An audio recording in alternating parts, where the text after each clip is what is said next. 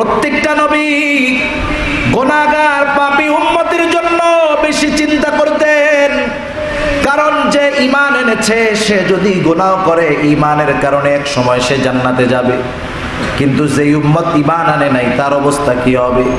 অনন্তকাল তার ঠিকানা হবে জাহান্নাম। এই জন্য ইব্রাহিম আলাইহিস সালাম তার উম্মতের জন্য দোয়া করতেছেন, বলতেছেন রব্বি ইন্নাহুন্না আযলালনা কাসীরাম মিনান নাস ফামান তাবিআনি ফাইন্নাহু মিন্নি ওয়ামান আসানি ফাইন্নাকা গফুরুর রহিম। আসসালামু আলাইকুম ওয়া রাহমাতুল্লাহি ওয়া বারাকাতুহু।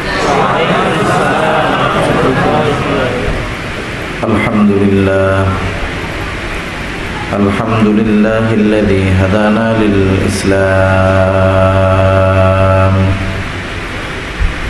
আল্লাযী নাযালাল কুরআন হুদাল লিন-নাসি ওয়া বায়্যিনাতিন মিনাল হুদা ওয়াল ফুরকান ওয়া খালাকাল ইনসানা ওয়া কাররামাহু ওয়া 'allamahu মিনাল বায়ানি মা লাম ইয়া'লাম فسبحان الذي لا يحصى امتنانه باللسان ولا بالقلم ونشهد أن لا إله إلا الله وحده لا شريك له ونشهد أن سيدنا وسندنا وحبيبنا وطبيبنا وأولانا ومولانا محمد صلى الله تعالى عليه وعلى آله وأصحابه وبارك وسلم تسليما كثيرا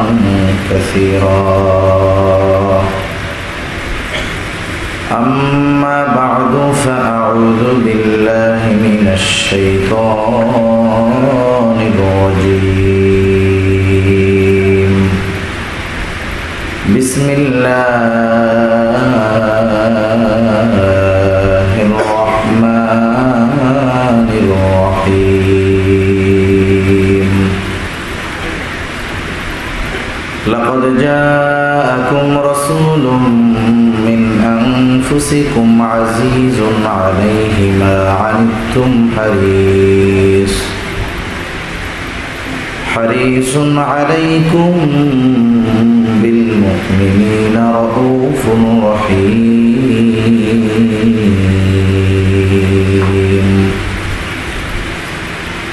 وقال رسول الله صلى الله عليه وسلم لا يؤمن أحدكم حتى أكون أحب إليه من والده وولده والناس أجمعين أو كما قال النبي صلى الله عليه وسلم صدق الله العلي العظيم وصدق رسوله النبي الكريم ونحن على ذلك من الشاهدين والشاكرين والحمد لله رب العالمين سبحانك لا علم لنا إلا ما علمتنا إنك أنت العليم الحكيم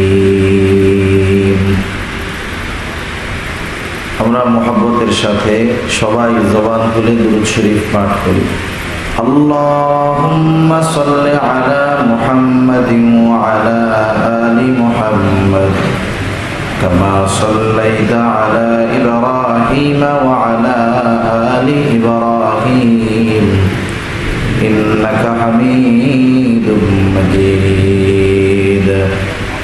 اللهم بارك على محمد وعلى آل محمد كما باركت على إبراهيم وعلى آل إبراهيم إنك حميد مجيد بلغ العلا بكماله كشف الدجى بجماله حسنت جميع خصاله صلوا عليه وآله لا إله إلا الله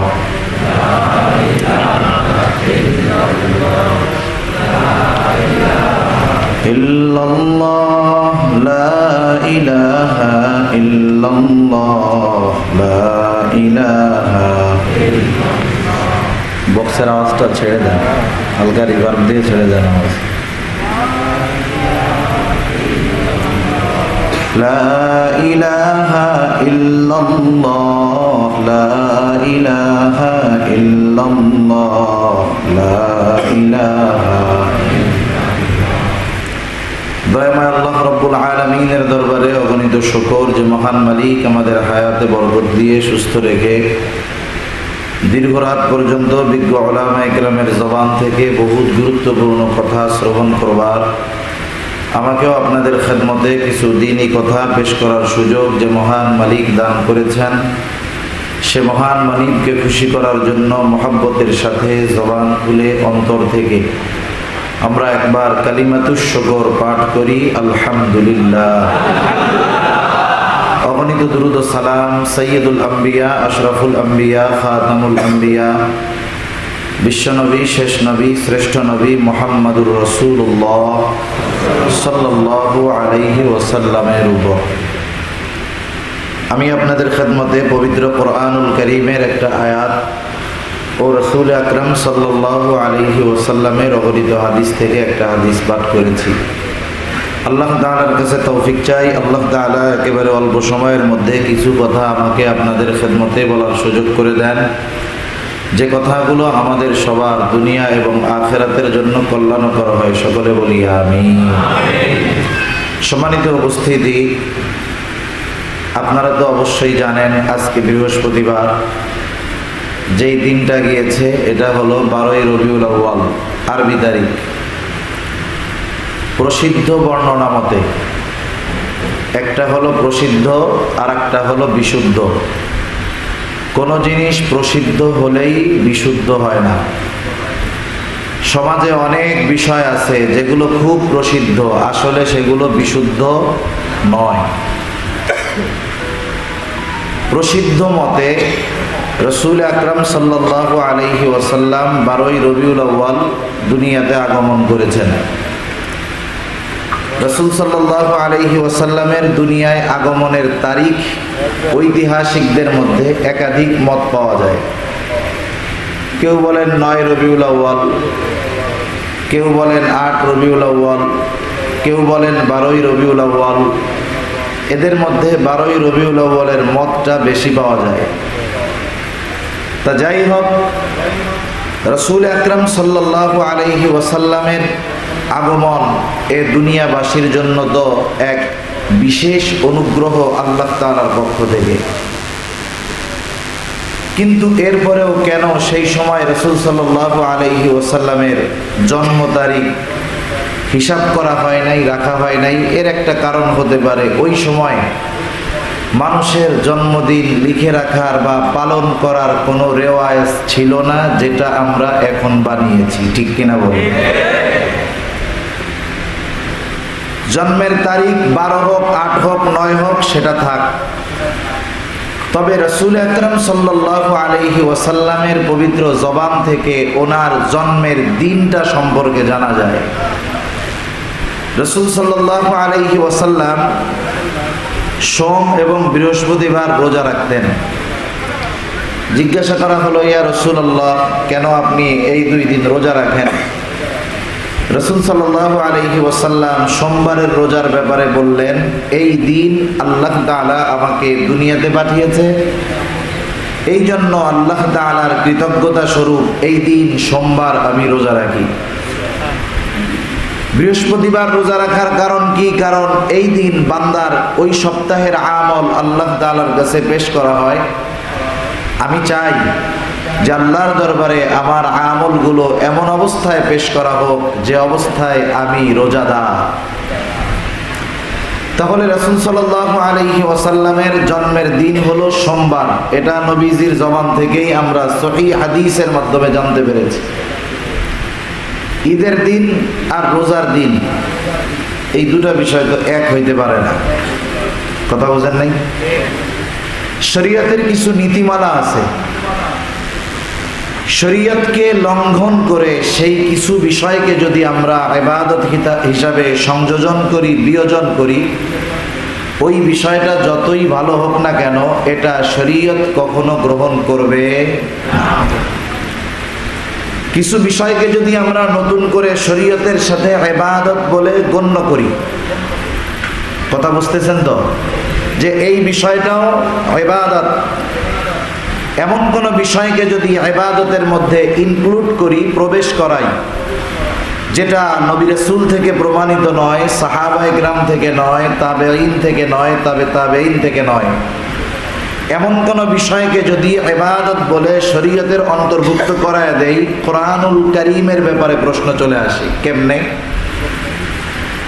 শরীয়তের সুনির্দিষ্ট সুসাব্যস্ত বিষয়গুলোর সাথে যদি বর্তমানে আমরা কিছু সংযোজন করি, তাহলে বোঝা গেল শরীয়ত পূর্ণাঙ্গ হয় নাই। আমরা এটা যোগ করার মাধ্যমে শরীয়ত পূর্ণাঙ্গ হয়েছে, নাউযুবিল্লাহ। অথচ আল্লাহ তাআলা রাসূল আকরাম সাল্লাল্লাহু আলাইহি ওয়াসাল্লাম দুনিয়ায় থাকা অবস্থায় আরাফাতের ময়দানে, হজের দিন শুক্রবার, হজের সময় আরাফাতের ময়দানে আল্লাহ রাব্বুল আলামিন ওহী নাযিল করেছেন, আল ইয়াউমা আকমালতু লাকুম দীনাকুম, আজকে আমি তোমাদের জন্য তোমাদের দ্বীনকে পরিপূর্ণ করলাম। এখন বলেন, আল্লাহ তাআলা বললেন দ্বীন পরিপূর্ণ, ১৫০০ বছর পরে, ১০০০ বছর পরে কেউ যদি ওই শরীয়তে নতুন কিছু প্রবেশ করায়, তাহলে আল্লাহ তাআলার ওই বক্তব্য, ওই ওহীকে অস্বীকার করার নামান্তর হয়ে যায়। এজন্য অনেক ভাই বোঝে না, বলে মিলাদুন নবীর ব্যাপারে বিরোধিতা কেন করে উদযাপন, ঈদে মিলাদুন নবী বলার ব্যাপারে নবীর জন্ম নিয়ে তো কোনো বিরোধিতার সুযোগ নাই। আছে? নবীর জন্মে গোটা সৃষ্টিকুল খুশি, কোনো সন্দেহ নাই। কিন্তু ওই বিষয়টাকে উদযাপন করতে গিয়ে শরীয়তে যখন নতুন এক ইবাদত হিসাবে যোগ করা হয়, তখন এখানে ঈমানের দাবি, এই বিষয়ে কথা বলা জরুরি হয়ে যায়। ঠিক কিনা বলো? আর মিলাদুন নবী এটা রাসূল সাল্লাল্লাহু আলাইহি ওয়াসাল্লামের সিরাত তথা জীবন আদর্শে গোটা জীবনের অল্প সময়ের একটা বিষয়। এটা হয়তো আলোচনা হতে পারে, কিন্তু মিলাদুন নবী আমল করা যায় না, আমলে পরিণত করা যায় না। আমলে পরিণত করা যায় সিরাতুন নবী, রাসূল সাল্লাল্লাহু আলাইহি ওয়াসাল্লামের জীবন আদর্শ। কিন্তু আফসোসের ব্যাপার হলো, যেই ভাইয়েরা ঈদে মিলাদুন নবীর ব্যাপারে এতটা উৎসুক, ওনারা যদি সিরাতুন নবীর ব্যাপারে ওই রকম উৎসুক হইতেন, আমরা পরাণ বইরা ওনাদের জন্য দোয়া করতাম। ঠিক কিনা বলেন?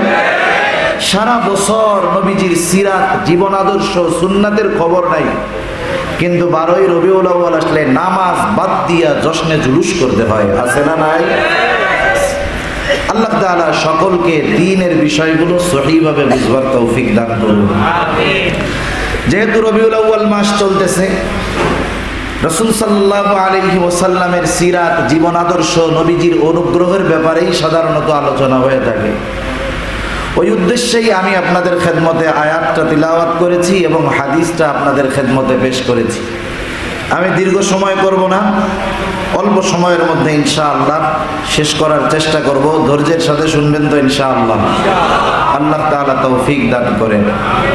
আল্লাহ তাআলা আমাদেরকে এ দুনিয়াতে যত নেয়ামত দিয়েছেন, আমাদের প্রতি আল্লাহ তাআলার পক্ষ থেকে যত অনুগ্রহ আছে, সব অনুগ্রহ, সব নেয়ামত গুলার মধ্যে অন্যতম দামি এক নেয়ামত যে আল্লাহ তাআলা আমাদেরকে আখেরি জামানার পয়গম্বরের উম্মত বানিয়েছেন, আলহামদুলিল্লাহ।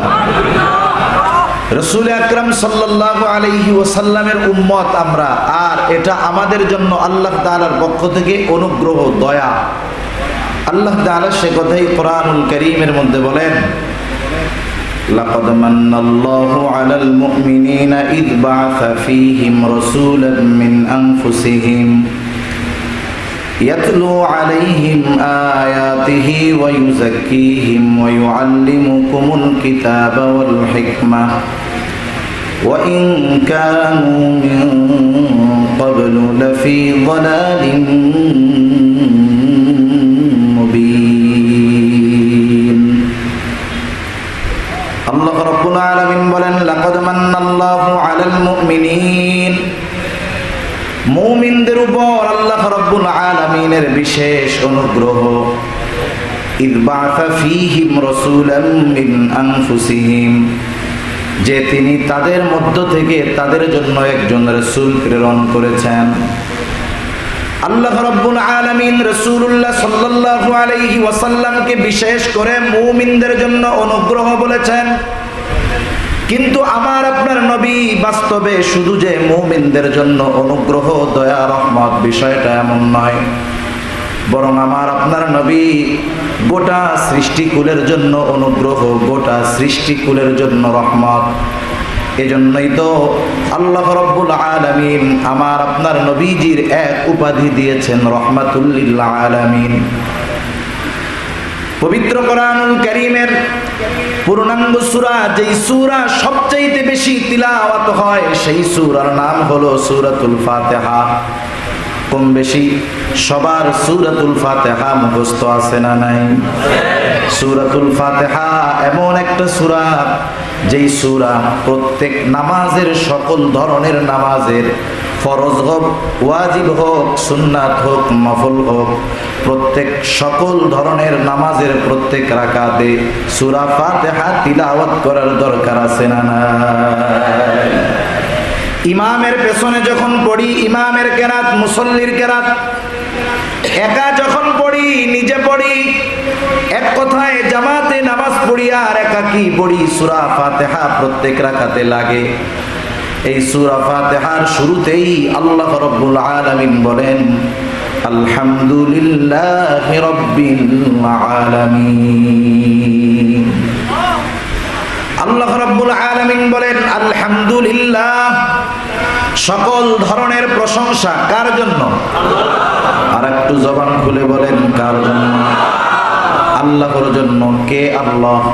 আল্লাহ নিজের একটা পরিচয় দিয়ে বলেন, আল্লাহ হলেন রব্বুল আলামিন, আল্লাহ হলেন জগৎ সমূহের প্রতিপালক। আলম এক বচন, আলামিন বহু বচন, তার মানে জগৎ একটা নয় বরং অনেক অনেক। সকল জগতের প্রতিপালক হলেন আল্লাহ রব্বুল আলামিন। সেই আল্লাহ যিনি রব্বুল আলামিন, জগৎ সমূহের রব, জগৎ সমূহের প্রতিপালক, তিনি আমার আপনার নবীর ব্যাপারে বলেন, ওয়ামা আরসালনাকা ইল্লা রাহমাতাল লিল আলামিন, আমি আপনাকে জগৎ সমূহের জন্য রহমত হিসাবে প্রেরণ করেছি। জগৎ সমূহের রব হলেন আল্লাহ, আর জগৎ সমূহের রহমত হলেন মুহাম্মাদুর রাসূলুল্লাহ। আমার আপনার নবী জগৎ সমূহের জন্য রহমত। বলেন তো, এই জগৎ সমূহের মধ্যে সবগুলা বাদ দেন, একটা আলম, এই পৃথিবী, দুনিয়া, এই দুনিয়ার মধ্যে বিভিন্ন ধর্মের, বিভিন্ন মতের, বিভিন্ন মতাদর্শের লোক দুনিয়ার মধ্যে আছে না নাই? আল্লাহ রাব্বুল আলামিন আমার আপনার নবীকে সকলের জন্য রহমত হিসাবে পাঠিয়েছেন। কোরআনুল কারীম যখন নাজিল হয়, আল্লাহ রাসূল সাল্লাল্লাহু আলাইহি ওয়াসাল্লাম কাফেরদের সামনে কোরআন তিলাওয়াত করতেছে। আবু জেহেল কোরআনের ব্যাপারে বলতেছে, আল্লাহ তাআলার কাছে বলতেছে আল্লাহ, কারণ কাফেররা কিন্তু আল্লাহ তাআলাকে বিশ্বাস করত। কাফের তৎকালীন সময়ের মুশরিক কাফের যারা ছিল, এরা আল্লাহকে বিশ্বাস করত। বরং যদি কম্পেয়ার করা হয়, তুলনা করা হয়, দেখা যাবে এই সমাজের বা এখনকার অনেক মুমিনের চাইতে ওই সময়ের কাফেরদের আল্লাহ তাআলার অস্তিত্বের ব্যাপারে বেশি বিশ্বাস ছিল। কেমনে? একথা আমি বলি নাই, একথা আল্লাহ তাআলা বলছে। তারা যে আল্লাহ তাআলাকে বিশ্বাস করত, তাদের বিশ্বাস কত সুদৃঢ় ছিল, কিন্তু কিছু বিষয়ের অবিশ্বাসের কারণে তারা বেঈমান। আল্লাহ রাব্বুল আলামিন মক্কার মুশরিকদের ব্যাপারে ওহী নাজিল করে জানায় দেন। আল্লাহ তাআলা বলেন, ওয়ালা ইন সাআলতাহুম মান খালাকাস সামাওয়াতি ওয়াল আরদা লায়াকুলুন্নাল্লাহ। আল্লাহ রাব্বুল আলামিন বলেন, ওয়ালা ইন সাআলতাহুম মান খালাকাস সামাওয়াতি ওয়াল আরদ, আপনি যদি তাদের কাছে জিজ্ঞাসা করেন, তাদের কাছে যদি জানতে চান, মান খালাকাস সামাওয়াতি ওয়াল আরদ, আসমান এবং জমিনের স্রষ্টাকে, স্বয়ং আল্লাহ তাআলাই জবাব দিয়ে জানায় দেন, শোনেন, তারা আপনার প্রশ্নের জবাবে অবশ্যই অবশ্যই বলবে।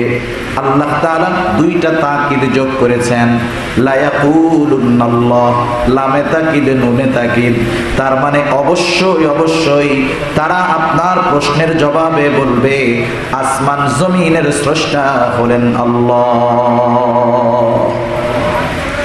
শুধু তাই না, আপনি যদি তাদেরকে জিজ্ঞাসা করেন, ওয়ালা ইন সাআলতাহুম মান নাযালা মিনাস সামাই মাআ ফাআহইয়া বিহিল আরদা বা'দা মাউতিহা লায়াকুলুন্নাল্লাহ, আপনি যদি তাদেরকে জিজ্ঞাসা করেন, মান নাযালা মিনাস সামাই মাআ, কে আসমান হতে পানি বর্ষণ করে, শুধু তাই না, এই বর্ষিত পানির দ্বারা, ওই বৃষ্টির পানির দ্বারা, ফাআহইয়া বিহিল আরদা বা'দা মাউতিহা, মৃত জমিনকে কে পুনরায় পুনরুজ্জীবিত করে, অর্থাৎ ফসল চাষাবাদের অনুপযুক্ত জমিনটাকে আসমান হতে বৃষ্টি বর্ষণের মাধ্যমে কে ফসল উৎপাদনের উপযোগী করে তুলে। তারা তাদের দেবদেবীদের নাম বলবে না, লাত মানাত উজ্জার কথা বলবে না। আল্লাহ তাআলা বলেন, লা ইয়াকুলুন্নাল্লাহ, অবশ্যই অবশ্যই তারা বলবে আসমান হতে পানি বর্ষণ করেন আল্লাহ, ওই পানির দ্বারা মৃত জমিনকে জীবিত করেন আল্লাহ।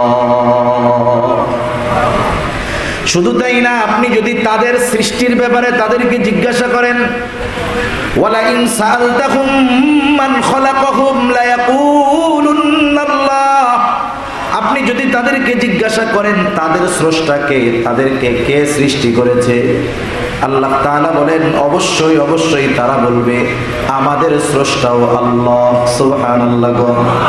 একটু চিন্তা করে দেখেন, মক্কার মুশরিক আবু জেহেল, উতবা, শাইবা, এরা আল্লাহ তাআলাকে এমন ভাবে বিশ্বাস করত, যখন কোরআনুল কারীম নাজিল হলো, আবু জেহেল আল্লাহর দরবারে ফরিয়াদ করতেছে, বলে, আল্লাহ, সত্যি যদি আপনি মুহাম্মাদের উপরে কোরআন নাজিল করে থাকেন, তাহলে আমাদের উপরে আপনি পাথর বর্ষণ করে।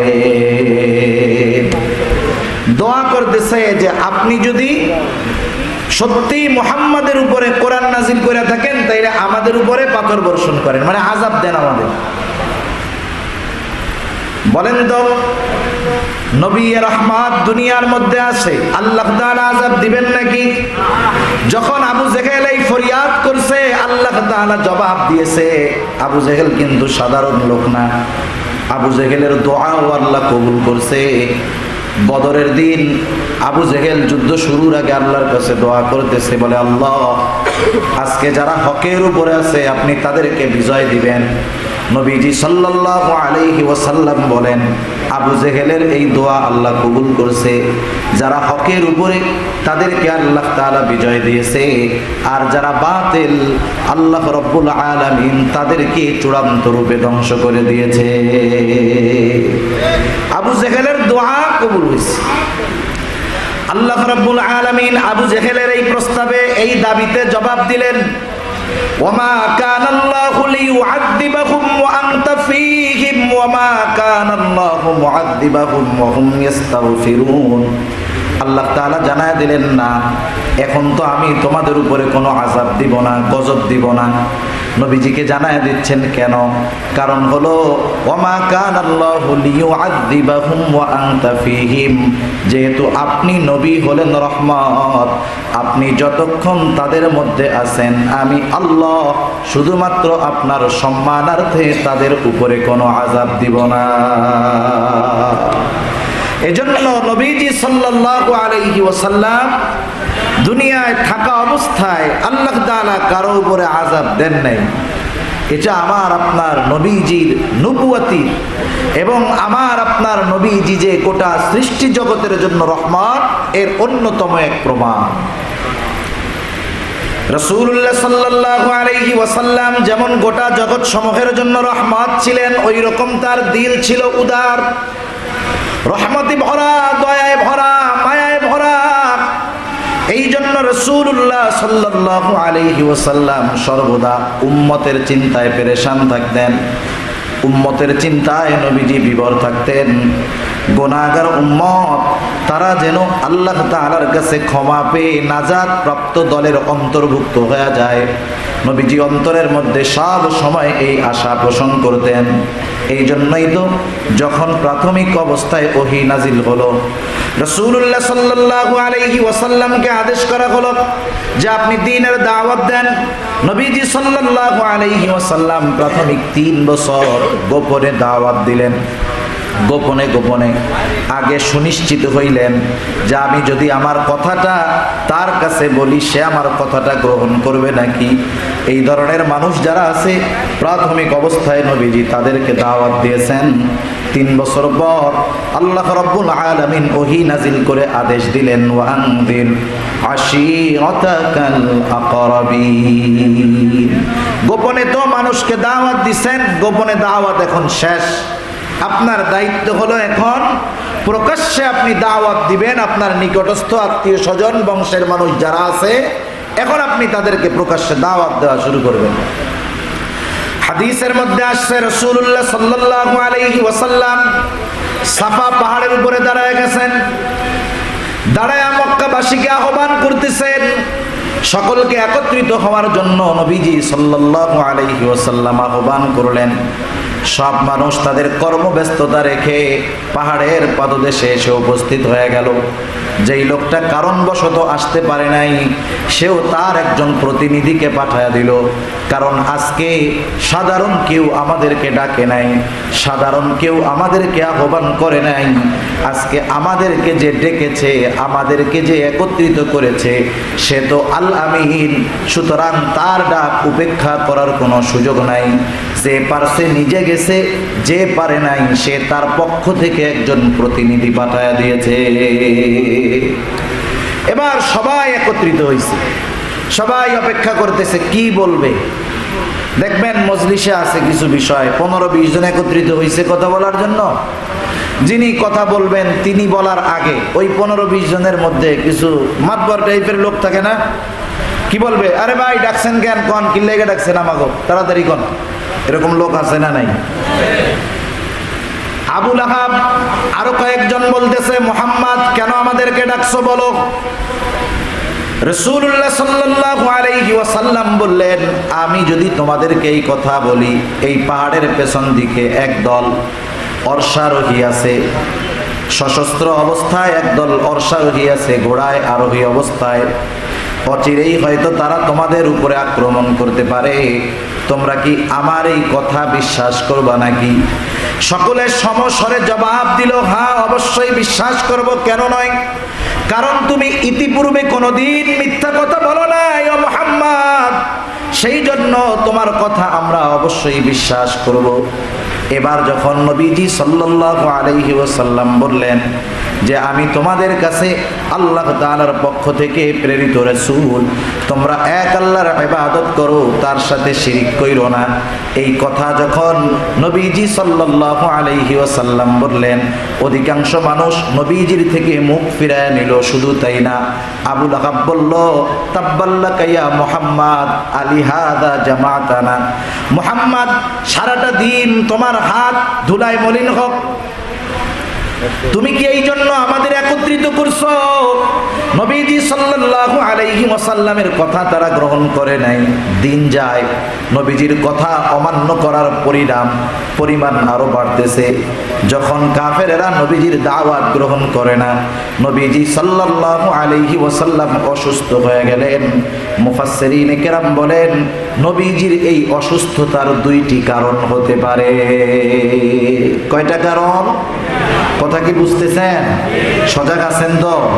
নারায়ে তাকবীর, একটু জোরে নারায়ে তাকবীর। এ তাকবীর কিন্তু এমন এক তাকবীর, সিংহ যদি জেলখানায়ও এই তাকবীর দেয়, বাহির থেকে প্রকম্পন সৃষ্টি হয়ে যায়। ঠিক কিনা বলেন? এটা মুমিনের শিআর, মনে রাখতে হবে। এ তাকবীর যারা বন্ধ করাতে চেয়েছে, এক সময় তারাই ক্লোজ হয়ে গেছে, বন্ধ হয়ে গেছে। এ তাকবীরের আওয়াজ দুনিয়াব্যাপী ছড়িয়ে ছিটিয়ে আছে। ঠিক কিনা বলেন? সেজন্য মাঝে মধ্যে তাকবীর দিয়া ঈমানি জৌলস তাজা করার দরকার আছে। মুফাসসিরিনে কেরাম বলেন, অসুস্থ হওয়ার দুটি কারণ হতে পারে। একটি নিজের চিন্তা করে, হয়তো নবীজি সাল্লাল্লাহু আলাইহি ওয়াসাল্লাম চিন্তা করতেছিলেন, আল্লাহ তাআলা যেই দায়িত্ব আমাকে দিয়েছেন, আমি হয়তো যথাযথভাবে সেই দায়িত্ব পালন করতে পারতেছি না। কারণ আমার কথা আমার কওম, আমার আত্মীয় স্বজন গ্রহণ করতেছে না। হয়তো আমি দায়িত্বটা যথাযথভাবে পালন করতে পারতেছি না। এটা প্রথম কারণ।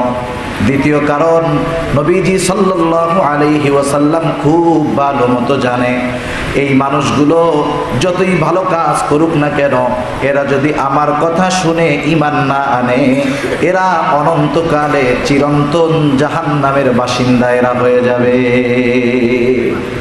যাদের মধ্যে জীবনের 40টা বছর অতিবাহিত হয়েছে, যাদের সাথে এত হৃদ্রতা, এত মহব্বত, এত ভালোবাসা, চোখের সামনে যদি তারা জাহান্নামের বাসিন্দা হয়ে যায়, বলেন তো একজন নবীর খারাপ এবং কষ্ট লাগবে, এটাই তো স্বাভাবিক। ঠিক কিনা বলেন?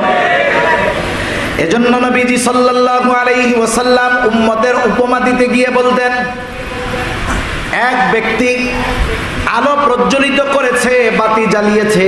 শহরে এই উপমা দিয়ে বোঝানো একটু কঠিন, গ্রামে যারা থাকেন বুঝবেন। এক সময় গ্রামের মধ্যে বিদ্যুৎ ছিল না, কারেন্ট ছিল না। আমরা হারিকেন জ্বালাইতাম, তেলের বাতি জ্বালাইতাম। বিশেষ করে যখন গরমের সময়, ধানের সিজন, কেউ যদি ঘরের মধ্যে আগুনের বাতিগুলা জ্বালাইতো, সাথে সাথে চতুর্দিক দিয়া পোক এসে এসে আগুনের মধ্যে পুড়ে পুড়ে মারা যাইতো। ঠিক কিনা বলে? হাত দিয়ে সরানোর পরেও দেখতেন মানে না, ওরা প্রতিযোগিতা দিয়া ওইটার মধ্যে পড়ে ওরা মরে। রাসূলুল্লাহ সাল্লাল্লাহু আলাইহি ওয়াসাল্লাম বলেন, তোমাদের মধ্যে আর আমার মধ্যে উপমা হলো এইরকম। বাতি জ্বালানোর পরে ওই লোকটা যতই সরায় দিক না কেন, পোকগুলা আগুনের মধ্যে পড়ে আত্মহুতি দেয়। আমার আর তোমাদের মধ্যে উপমা হইল ওই রকম। তোমরা দৌড়ায়া জাহান্নামের দিকে যাও, আমি তোমাদের কোমর ধরে টেনে টেনে জাহান্নাম থেকে দূরে সরায় আনি, আর তোমরা জাহান্নামে যাওয়ার জন্য প্রতিযোগিতা শুরু করে দাও। উম্মতের জন্য কত পেরেশান নবীজি সাল্লাল্লাহু আলাইহি ওয়াসাল্লাম। যখন আত্মীয় স্বজন, কাছের মানুষ নবীজির কথা শুনে না, নবীজি চিন্তিত, খানা বন্ধ করে দিয়েছেন। খাবার যখন বন্ধ, পেরেশানি, চিন্তিত, এবার স্বাস্থ্য ভাঙা শুরু হয়ে গেছে। আল্লাহ রাব্বুল আলামিন আমার আপনার নবীকে বলতেছেন, লাআল্লাকা বাখিউন নাফসাকা আল্লা ইয়াকুনু মুমিনিন। আপনি নিজেকে কেন মৃত্যু মুখে ঠেলে দিচ্ছেন তারা ঈমান না আনার কারণে? আল্লাহ তাআলার এই বক্তব্যের মাধ্যমে বোঝা যায় উম্মত যেন জাহান্নামে না যায়, উম্মত জানি ঈমানের পথে থাকে, জান্নাতের পথে থাকে। এজন্য রাসূলুল্লাহ সাল্লাল্লাহু আলাইহি ওয়াসাল্লাম কতটা পেরেশান ছিলেন, চিন্তিত ছিলেন। সর্বদা উম্মতের কল্যাণের চিন্তায় নবীজি বিভোর থাকতেন। আব্দুল্লাহ ইবনে আমর ইবনুল আস রাদিয়াল্লাহু তাআলা আনহু থেকে বর্ণিত হাদিস, তিনি বলেন, আন্নান নবী সাল্লাল্লাহু আলাইহি ওয়াসাল্লাম তালা মা কাওলাল্লাহি আযজা ওয়া জাল্লা ফি ইব্রাহিম আলাইহিস সালাম। রাসূলুল্লাহ সাল্লাল্লাহু আলাইহি ওয়াসাল্লাম তিলাওয়াত করলেন কোরআন থেকে, যা আল্লাহ তাআলা ইব্রাহিম আলাইহিস সালামের ব্যাপারে অবতীর্ণ করেছেন। ইব্রাহিম আলাইহিস সালাম আল্লাহ তাআলার কাছে তার উম্মতের ব্যাপারে ফরিয়াদ করেছেন, দোয়া করেছেন। প্রত্যেকটা নবী তার উম্মতকে ভালোবাসবে, এটাই স্বাভাবিক। ইব্রাহিম আলাইহিস সালাম তার উম্মতদেরকে ভালোবাসতেন, হোক সে ইমানদার হোক সে বেঈমান। বেঈমানদের ব্যাপারে চিন্তা করতেন যে তারা যদি ঈমান আনতো তাহলে তো নাজাত পেয়ে যাইত। স্বাভাবিক দেখবেন, এক ফ্যামিলিতে যদি এক লোকের 5টা ছেলে থাকে, 4টা ছেলে যদি ভালো থাকে, একটা ছেলে যদি খারাপ থাকে, বলেন তো মা বাবা ওই 4 ছেলের জন্য বেশি দোয়া করে নাকি ওই খারাপটার লেগে করে? খারাপটার জন্য দোয়া বেশি করে, তার জন্য চিন্তা ফিকির বেশি হয়। প্রত্যেকটা নবী গুনাহগার পাপী উম্মতের জন্য বেশি চিন্তা করতেন, কারণ যে ঈমান এনেছে সে যদি গুনাহ করে ঈমানের কারণে এক সময় সে জান্নাতে যাবে। কিন্তু যে উম্মত ঈমান আনে নাই তার অবস্থা কি হবে? অনন্তকাল তার ঠিকানা হবে জাহান্নাম।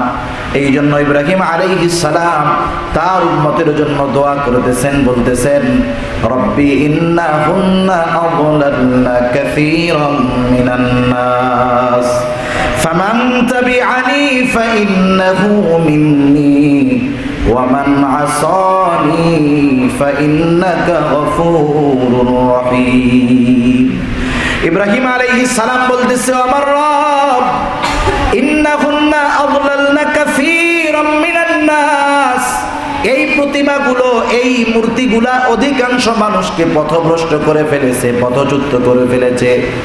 ফামান তাবিআনি ফাইন্নাহু মিন্নি, যে আমার আনুগত্য করেছে তথা আমার কথা মেনে মূর্তি পূজা ছেড়ে ঈমান এনেছে, ফাইন্নাহু মিন্নি, সে তো আমার দলভুক্ত। কিন্তু ওয়ামান আসানি, যে আমার আনুগত্য করে নাই, আমার কথা শুনে নাই, সে তো আমারই উম্মত। আয় আল্লাহ, আপনি যদি চান তাকে মাফ করে দিতে পারেন। ফাইন্নাকা গফুরুর রহিম, কারণ আপনি অতিশয় ক্ষমাশীল, দয়ালু, আপনি চাইলে তারে মাফ করে দিতে পারেন। গুনাহগার উম্মতের জন্য ইব্রাহিম আলাইহিস সালাম আল্লাহ তাআলার কাছে দোয়া করতেছে। এরপরে নবীজি ঈসা আলাইহিস সালামের ব্যাপারে আল্লাহ তাআলা যা বলছেন তা তিলাওয়াত করলেন। ঈসা আলাইহিস সালাম তার গুনাহগার উম্মতের ব্যাপারে আল্লাহ তাআলার কাছে দোয়া করতেছে, ইন তুআযিবহুম ফাইন্নাহুম ইবাদুক, আপনি যদি তাদেরকে আযাব দেন তারা তো আপনারই বান্দা। ওয়া ইন তাগফির লাহুম ফাইন্নাকা আনতাল আজিজুল হাকীম, আর যদি আপনি তাদেরকে ক্ষমা করে দেন আপনি তো মহাপ্রজ্ঞাময়, মহাজ্ঞানী, কারণ আপনি ক্ষমা করার কারণে আপনি মহাপরাক্রমশালী। আপনার কাছে কেউ আর্গুমেন্ট করবে না, জবাবদিহিতা চাইবে না, কেন আপনি তাদেরকে ক্ষমা করলেন। প্রত্যেক নবী তার গুনাহগার উম্মতের ব্যাপারে এরকম দোয়া করতেন। রাসূলুল্লাহ সাল্লাল্লাহু আলাইহি ওয়াসাল্লাম যখন এই 2 আয়াত তিলাওয়াত করছে, নবীজির দৃশ্যপটে তার গুনাহগার উম্মতের চেহারা ভেসে উঠছে। রাসূলুল্লাহ সাল্লাল্লাহু আলাইহি ওয়াসাল্লাম এইবার নিজের 2 হাত উঁচু করে দোয়া করতেছেন, আল্লাহুম্মা উম্মতি, আল্লাহুম্মা উম্মতি, হায় আল্লাহ আমার উম্মতের কি হবে, আমার উম্মতের কি হবে। শুধু তাই না, বর্ণনাকারী বলেন ওয়াবাকা, সাথে সাথে নবীজি অঝর ধারায় কান্না করতেছে। রাসূলুল্লাহ সাল্লাল্লাহু আলাইহি ওয়াসাল্লামের 2 চোখ বেয়ে পানি পড়তেছে। বলেন তো নবীজি কেন কান্না করে, কেন চোখ দিয়ে পানি পড়ে? কেউ বুঝুক আর না বুঝুক, আল্লাহ তাআলা বোঝেন কি বোঝেন না? আল্লাহ তাআলা জানেন কি জানেন না? আল্লাহ তাআলা সাথে সাথে জিবরাইল আলাইহিস সালাতু ওয়াস সালামকে বললেন, জিবরাইল যাও, তুমি মুহাম্মদকে গিয়ে জিজ্ঞাসা করো কেন তিনি কান্না করেন। যদিও সব কিছু আল্লাহ তাআলা জানেন, জিবরাইল আলাইহিস সালাম রাসূলুল্লাহ সাল্লাল্লাহু আলাইহি ওয়াসাল্লামের কাছে এসে তার কান্নার কারণ জিজ্ঞাসা করলেন। নবীজি গুনাহগার উম্মতের কথা জানায় দিলেন। যে আমি আমার গুনাহগার উম্মতের ব্যাপারে চিন্তিত, এই জন্য কান্না করতেছি। জিবরাইল আলাইহিস সালাতু ওয়াস সালাম চলে গেলেন, আল্লাহ তাআলার কাছ থেকে আবার খবর নিয়ে ফিরলেন। আল্লাহ তাআলা জানায় দিলেন, জিবরাইল তুমি মুহাম্মদকে গিয়ে বলো, আমার হাবিবকে গিয়ে বলো, আমি অচিরেই তাকে তার উম্মতের ব্যাপারে সন্তুষ্ট করব, তাকে অসন্তুষ্ট করব না। নবীজি দুনিয়ায় থাকতে উম্মতের ব্যাপারে আল্লাহ তাআলার পক্ষ থেকে সুপারিশের ব্যবস্থা করে নিয়ে আসছে। দুনিয়াতে আমার আপনার কল্যাণকামী যে অনেক সময় আমরা সম্পদ সঞ্চয় করি, মা বাবা অনেক সময় গোপনে গোপনে সম্পদ সঞ্চয় করে। মা সন্তান যখন বিপদে পড়ে কিছুই নাই, ওই দামি সম্পদটা সন্তানকে ডাক দিয়া বলে, ধর তুই যে আমার মাঝে মধ্যে টাকা পয়সা দিতি পান খাওয়ার জন্য, এইগুলো আমি জমায় জমায় রাখছি, এই যে টাকাগুলো নে, এখন তোর কাজে লাগবে। অনেক সময় অনেক দামি বস্তু বিপদের সময় সাহায্যের কারণ হয়। রাসূলুল্লাহ সাল্লাল্লাহু আলাইহি ওয়াসাল্লাম উম্মতের চিন্তা করে এই বিষয়গুলোকে সংরক্ষণ করে দেন। এক হাদিসের মধ্যে আসছে, নবীজি সাল্লাল্লাহু আলাইহি ওয়াসাল্লাম বলেন, প্রত্যেকটা নবীকে আল্লাহ তাআলা এমন একটা দোয়া করার সুযোগ দিয়েছেন, যেই দোয়াটা করার সাথে সাথে আল্লাহ তাআলা ওই নবীর ওই দোয়াকে আল্লাহ তাআলা কবুল করে নিয়েছে। কখনো কোন নবীর দোয়া, ওই দোয়াটা উম্মতের পক্ষে গেছে, কখনো বিপক্ষে গেছে। কোন কোন মুফাসসির বলেন, হযরত নূহ আলাইহিস সালাতু ওয়াস সালাম ৯৫০ বছর দাওয়াত দেবার পর যখন দেখলেন মানুষের মধ্যে কোনো পরিবর্তন নাই, তিনি নিশ্চিত হলেন আযাব চলে আসবে। হযরত নূহ আলাইহিস সালাম আল্লাহ তাআলার কাছে তখন দোয়া করেছেন, স্পেশাল দোয়া, উম্মতের বিপক্ষে চলে গেছে দোয়া, কাফের হোক এরপরেও তো উম্মত। তিনি দোয়া করতেছেন আল্লাহ তাআলার কাছে। আল্লাহ তাআলা বলেন, ক্বালা নূহুর রাব্বি লা তাযার আলাল আরদি মিনাল কাফিরিনা দাইয়ারা। নূহ আলাইহিস সালাম বলতেছে, রব লা তাযার আলাল আরদি মিনাল কাফিরিনা দাইয়ারা, জমিনে অবস্থানরত একটা কাফেরকে আপনি ছেড়ে দিবেন না। দোয়া কবুল হইছে। যারা মুমিন নৌকায় উঠছে তারা ব্যতীত মহাপ্লাবন দিয়ে আল্লাহ তাআলা দুনিয়ায় অবস্থানরত সব কাফেরদেরকে আল্লাহ তাআলা শেষ করে দিয়েছে। রাসূলুল্লাহ সাল্লাল্লাহু আলাইহি ওয়াসাল্লাম বলেন, আমি আমার এই দোয়াকে সংরক্ষণ করে রেখেছি। কেন? কিয়ামতের দিন আমি আমার উম্মতের জন্য এই দোয়াকে ব্যবহার করে আমি আমার উম্মতের জন্য সুপারিশ হিসাবে এই দোয়াকে ব্যবহার করব। কারণ দুনিয়ার চাইতে ওই সময়ের মুসিবত বেশি। যেই দোয়া কবুল হওয়ার গ্যারান্টি আল্লাহ তাআলা দিয়েছেন উম্মতের ব্যাপারে, নবীজি সেই দোয়া দুনিয়াতে না করে যখন মুসিবত বেশি ওই সময়ের জন্য নবী সংরক্ষণ করে রাখছে। সুবহানাল্লাহ। রাসূল আকরাম সাল্লাল্লাহু আলাইহি ওয়াসাল্লাম উম্মতের ব্যাপারে কতটা ক্ষমাপরায়ণ ছিলেন।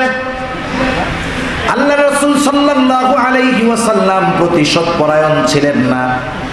তাকে যদি কেউ কষ্ট দিত, হাসি মুখে নবীজি তাকে ক্ষমা করে দিতেন।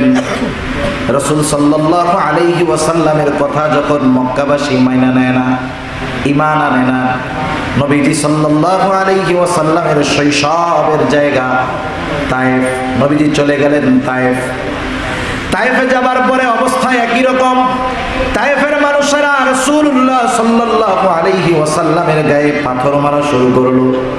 পাথরের আঘাতে রক্তাক্ত নবী মাঝে মধ্যে জমিনের উপরে পড়ে যাইতেন।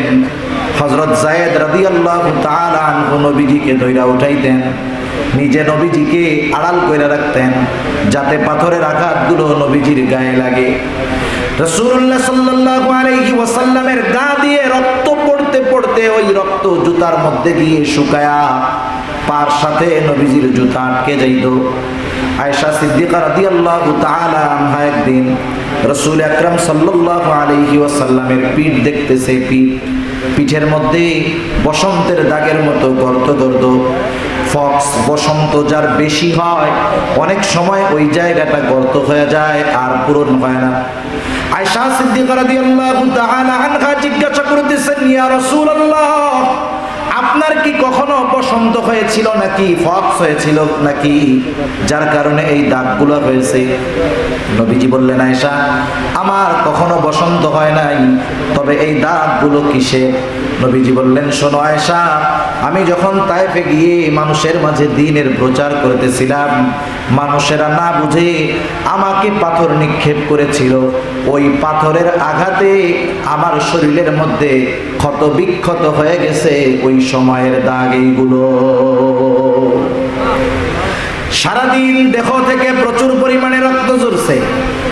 বিকালবেলা ক্লান্ত শ্রান্ত দেহ নিয়ে আমার আপনার নবী শহরের এক পাড়ে একটা আঙ্গুরের ক্ষেতের পাশে নবীজি বিশ্রাম করতেছেন। ইতিমধ্যে জিবরাইল আলাইহিস সালাতু ওয়াস সালাম হাজির।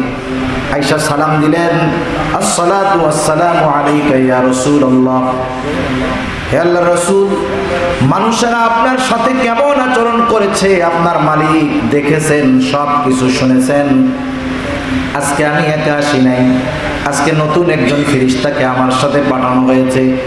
নবীজি বলেন, এইবার ওই ফেরেশতা এসে আমাকে প্রথমে সালাম প্রদান করলো। সালাম দেওয়ার পর বলতেছে, ইয়া রাসূলুল্লাহ, আপনার সাথে কওম কেমন আচরণ করেছে আপনার মালিক দেখেছেন, শুনেছেন। আপনার ইখতিয়ার, আপনার ইচ্ছা, আপনি যদি আমাকে আদেশ করেন, আপনি যদি চান, তাহলে আমি দুই পাহাড়কে এমনভাবে মিশিয়ে দিব, গোটা তায়েফবাসীকে আমি দুই পাহাড় মিলিয়ে একত্রিত করে তাদেরকে পিষে দিব। অস্তিত্ব থাকবে না যে এখানে একটা জনবসতি ছিল। রাসূলুল্লাহ সাল্লাল্লাহু আলাইহি ওয়াসাল্লাম একটু আরাম করতেছিলেন। এই কথাটা ওই ফেরেশতা বলবার সাথে সাথে নবীজি সোজা হয়ে গেলেন। আমরা হইলে কি করতাম?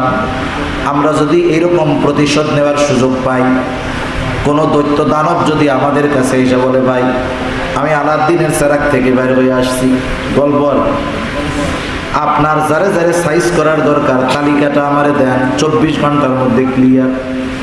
দেখা যাবে তালিকা লিখতেই 24 ঘন্টা পার, ঠিক কিনা বলেন?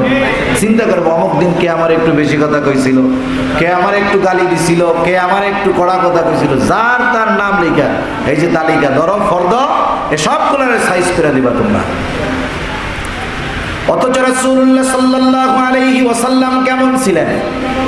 তিনি উইঠা বসলেন, ফেরেশতার কথার জবাবে বলতেছে, বাল আরজু আইয়াখরুজাল্লাহু মিন আসলাবিহিম মান ইয়াবুদুল্লাহা ওয়াহদাহু ওয়া লা ইউশরিকু বিহি শাইআ। নবীজি বললেন, তুমি তো তাদেরকে পিষে দেওয়ার কথা বলতেছ, আর আমি তো আল্লাহ তাআলার কাছে এই আশা পোষণ করি, আইয়াখরুজাল্লাহু মিন আসলাবিহিম, আল্লাহ তাআলা এদের মধ্য থেকে এমন এক প্রজন্মকে বের করবে যারা এক আল্লাহর ইবাদত করবে, তার সাথে কারো শরীক করবে না। এমন রহমতওয়ালা নবী আমরা পেয়েছি, আল্লাহ তাআলা দিয়েছেন। আরো বলা যাবে, লম্বা কথা হয়ে যাবে।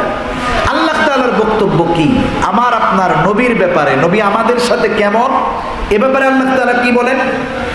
আল্লাহ রাব্বুল আলামিন সূরা তাওবার একেবারে শেষ দিকে বলেন, লাকাদ জাআকুম রাসূলুম মিন আনফুসিকুম আজিজুন আলাইহি মা আনিতুম হারিস।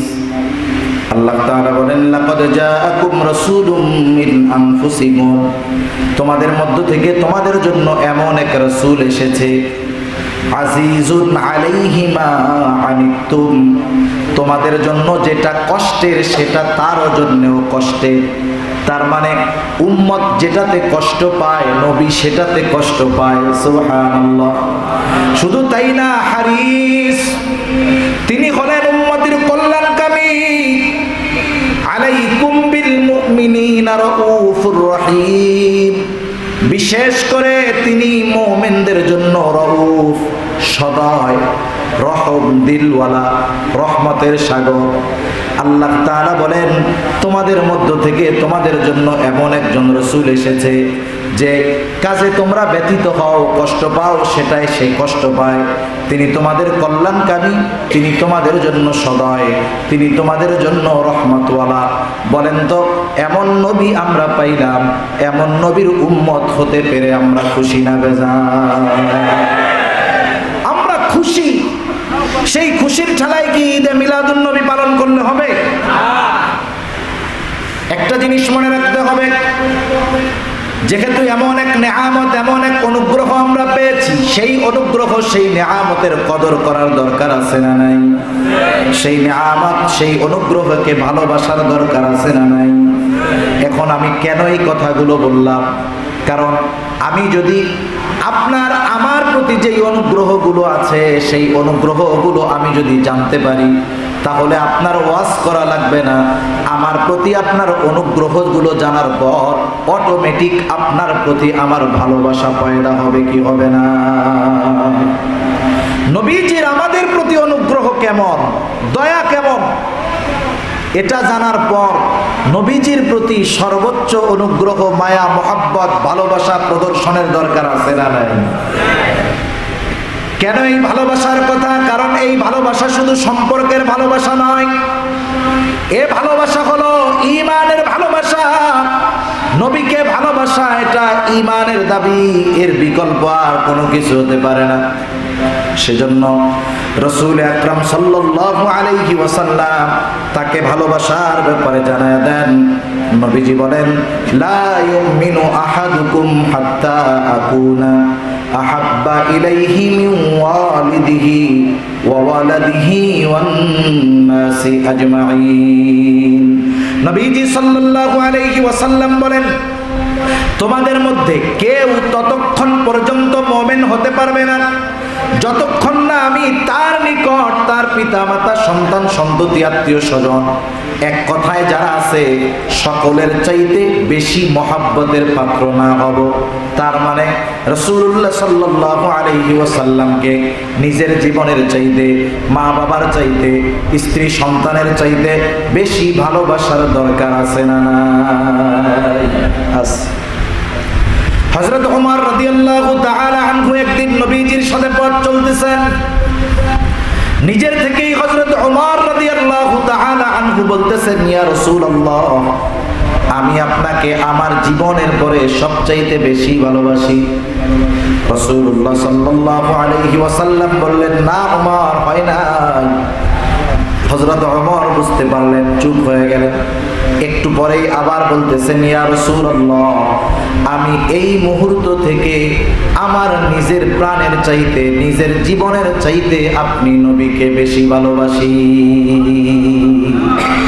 তাহলে একটু চিন্তা করার বিষয়, এটা চিন্তার বিষয় যে নিজেকে নিজে আমরা প্রশ্ন করব, একাকী যখন থাকবো, আমি কি আমার নিজের চাইতে নবীকে বেশি ভালোবাসতে পারছি? আমি কি আমার সন্তানের চাইতে নবীকে বেশি ভালোবাসতে পারছি? আমি কি আমার স্ত্রীর চাইতে, মা বাবার চাইতে, বন্ধু বান্ধবের চাইতে নবীজিকে বেশি ভালোবাসতে পেরেছি?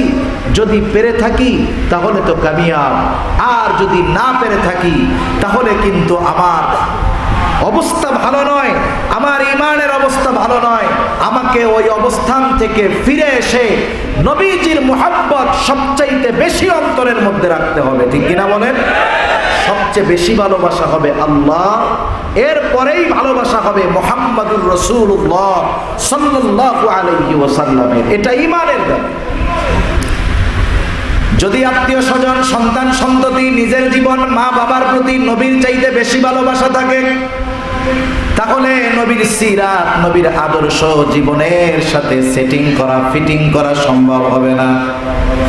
দেখা যাবে নবীর আদর্শ মানতে গিয়ে বাধা হয়ে গেছে নিজের জীবন, নবীর আদর্শ মানতে গিয়ে বাধা হয়ে গেছে নিজের সন্তান, নবীর আদর্শ মানতে গিয়ে বাধা হয়ে গেছে নিজের বাবা, নবীর আদর্শ মানতে গিয়ে বাধা হয়ে গেছে নিজের সন্তান। সেই জন্য যেই মানুষগুলো সৃষ্টি জগতের মধ্যে আল্লাহ তাআলার পরে নবীজিকে সবচাইতে বেশি ভালোবাসতে পারে, ওই মানুষগুলো নবীর বিষয়ে কোনো কিছু সহ্য করে না। নবীকে যদি অপমান করা হয়, নবীকে যদি কিছু বলা হয়, নবীর শানে যদি কোনো বেয়াদবি করা হয়, ওই মানুষগুলো নবীর সম্মানার্থে নিজের জীবন দিতে প্রস্তুত হয়ে যায়। এর নজির সাহাবায়ে কেরাম দেখায় গেছেন। অসংখ্য নজির আছে যে সাহাবায়ে কেরাম সর্ব অবস্থায় নিজেদের জীবনের চাইতে রাসূল সাল্লাল্লাহু আলাইহি ওয়াসাল্লামের হেফাজতের ব্যাপারে ওনারা সর্বদা সচেষ্ট ছিলেন। যখন বদর যুদ্ধ হবে, বদর যুদ্ধ আসলে অত বড় আকারে হওয়ার মতো অবস্থা ছিল না। ছোট্ট কারণ থেকে, লম্বা ইতিহাসের জন্য ওদিকে যাচ্ছি না, অল্প সময়ের মধ্যে শেষ করে দেবো ইনশাআল্লাহ। ছোট পরিস্থিতি থেকে একটা বড় পরিস্থিতি হয়ে গেছে। পরিস্থিতি এমন, যুদ্ধ না করে আর উপায় নাই। কুরাইশ কাফেররা পায়ে পাড়া দিয়ে যুদ্ধ করতে চলে আসছে, এখন ফিরে যাওয়ার কোনো উপায় নাই, করতেই হবে। রাসূলুল্লাহ সাল্লাল্লাহু আলাইহি ওয়াসাল্লাম চিন্তিত হয়ে গেলেন। নতুন মুসলমান 2 বছর মাত্র মদিনায় আসা হলো। আনসারেরা কত ত্যাগ, কত কিছু দিয়া ইসলামের জন্য, মুহাজিরদের জন্য সহযোগিতা করলো। মুহাজিরের আত্মীয় স্বজন ছেড়ে, সম্পদ ছেড়ে মদিনায় হিজরত করলো। না জানি এরা এখন আত্মীয় স্বজনের বিরুদ্ধে যুদ্ধ করার জন্য প্রস্তুত আছে কিনা। নবীজি সাল্লাল্লাহু আলাইহি ওয়াসাল্লাম সাহাবাদের নিয়ে বসা। প্রথমে মুহাজিরদের কাছে তাদের মত জানতে চাইলেন যে কাফেররা তো যুদ্ধ না করে ফিরবে না, তোমরা কি বলো? কারণ এই কাফেলার মধ্যে আমাদের বিরুদ্ধে যুদ্ধ করার জন্য আছে, কারো বাবা আছে, কারো সন্তান আছে, কারো ভাই আছে, কারো বন্ধু আছে। মুহাজিরেরা ঈমানের জন্য দেশ ছেড়েছে, সম্পদ ছেড়েছে, পিতা মাতা আত্মীয় স্বজনের বিরুদ্ধে কি এরা যুদ্ধ করবে নাকি? যদি না করে বসে। নবীজি সাল্লাল্লাহু আলাইহি ওয়াসাল্লাম চিন্তিত ছিলেন। মুহাজিরদের মধ্য থেকে একজন দাঁড়ায় জবাব দিলেন, ইয়া রাসূলুল্লাহ, আমরা ঈমানের জন্য আপনার জন্য দেশ ছেড়েছি, সম্পদ ছেড়েছি। আপনার জন্য যদি জীবন দিয়ে দিতে হয় আমরা পিছপা হব না, আমরা জীবন দিতে তৈয়ার। এইবার আনসারদের থেকে মত চাইলেন। আনসারদের মধ্য থেকে একজন জবাব দিল, ইয়া রাসূলুল্লাহ, আমরা আপনার সাথে আপনার সামনে থেকে পেছনে, সামনে ডানে বামে চতুর্দিকে অবস্থান করে কাফেরদের বিরুদ্ধে লড়াই করব। শরীরের এক বিন্দু রক্ত থাকা পর্যন্ত যুদ্ধের ময়দান থেকে ফিরে আসবো না। নবীজি যখন দেখলেন উভয় পক্ষের মত এক, নবীজি সাল্লাল্লাহু আলাইহি ওয়াসাল্লাম তাদেরকে নিয়ে যুদ্ধের জন্য তৈরি হয়ে গেলেন। শুধু তাই না, এই যুদ্ধের ইতিহাস এমন এক ইতিহাস, এই যুদ্ধে একজন মুসলমান সাহাবী নিজের হাতে ঈমানের জন্য, ইসলামের জন্য তার কাফের বাবাকে দুনিয়া থেকে চিরতরে বিদায় করে দিয়েছে। ইমানি জোশ, ইমানি মুহাব্বত, নবীজির মুহাব্বত তাদের মধ্যে এত বেশি ছিল। আমার আগে হযরত উহুদ যুদ্ধের কিছু ঘটনা শুনাইছেন না? ইতিহাসের অন্যতম এক ঘটনা। রাসূলুল্লাহ সাল্লাল্লাহু আলাইহি ওয়াসাল্লাম যখন কাফেরদের দ্বারা আক্রান্ত হয়ে সাওয়ারি থেকে নিচে পড়ে গর্তের মধ্যে পড়ে গেছেন, কাফেরদের মধ্য থেকে একজন ঘোষণা দিছে মুহাম্মদ নাই, মারা গেছে। সাহাবায়ে কেরামের কানে যখন এই কথা পৌঁছাইছে, মানসিকভাবে এতটা দুর্বল, কেমন যেন যুদ্ধ শেষ, তাদের সব হায় হুতাশ শুরু হয়ে গেছে। হঠাৎ করে একজন দেখলো রাসূল আকরাম সাল্লাল্লাহু আলাইহি ওয়াসাল্লাম একটা গর্তের মধ্য থেকে মাথা উঠাইতেছেন আর নামাইতেছেন। যখনই মাথা উঠান, তার উপর দিয়ে শত্রুর তীর বর্ষা এগুলো বৃষ্টির মতো যায়।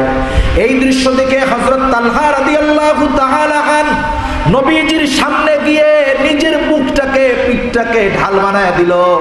হযরত আবু তালহা রাদিয়াল্লাহু তাআলা আনহু বলতেছে, ইয়া রাসূলুল্লাহ, আপনার জন্য আমার জীবন কুরবান হোক, আমার মা বাবার জীবন কুরবান হোক, আপনি আপনার মাথা উঠাবেন না, তাহলে আপনি হয়তো তীরের আঘাত আপনার গায়ে লাগতে পারে।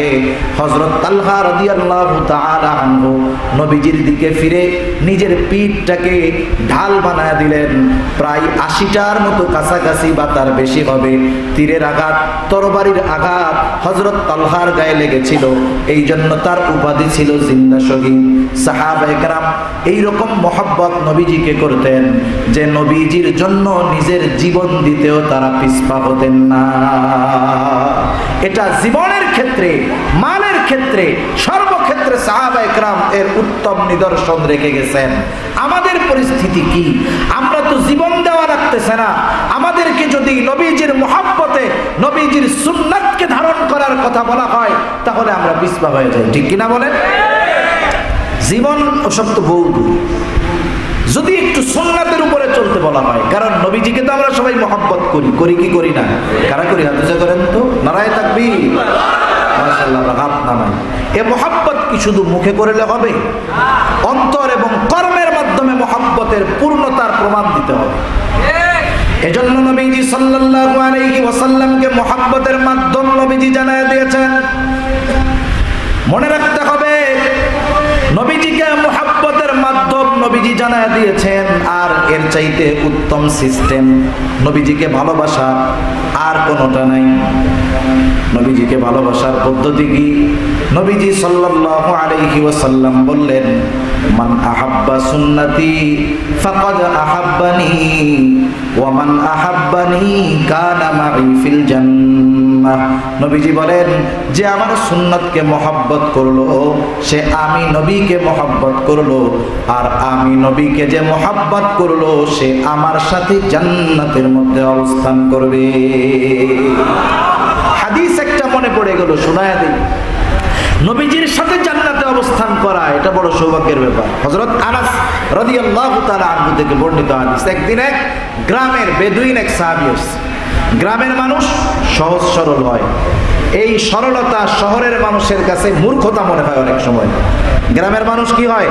সহজ সরল হয়। শহরের মানুষ এটারে মূর্খতা মনে করে, আসলে মূর্খতা না, ওর অ্যাটিটিউড এরকম, চলাফেরা এরকম, সোজা সাপটা কথা। আসছে নবীজি একটা বিষয়ে কথা বলতেছে, ও তো আর বুঝে না, অত আয়েশা বলতেছে মাতাসা ইয়া রাসূলুল্লাহ, মাতাসা বলতেছে আল্লাহ রাসূল, কিয়ামত কখন হবে? নবীজি যার সাথে কথা বলতেছিলেন সেই কথা শেষ করার পরে নবীজি বলতেছেন, কে জানি এই প্রশ্নটা করলো? সে বলতেছে আমি করছি। ওই বেদুইন সাহাবী, গ্রাম্য সাহাবী প্রশ্ন করেছে, ইয়া রাসূলুল্লাহ, কিয়ামত কখন হবে? মানুষের কিছু কথার ভাব দ্বারা মনে হয় সে কেমন যেন কিয়ামতের জন্য অপেক্ষা করতেছে। যেমন মানুষ যখন বাড়িতে যাওয়ার জন্য বাস কাউন্টারে গিয়ে টিকিট কাটে, টাইমটা পার হয়ে গেছে, 10টার গাড়ি, 10:10 বাজে, কাউন্টার মাস্টারে গিয়া বলে বাস কখন আসবে? কেন জিজ্ঞাসা করে? কারণ সে তো বাসের জন্য অপেক্ষা করতেছে, ঠিক কিনা কোন?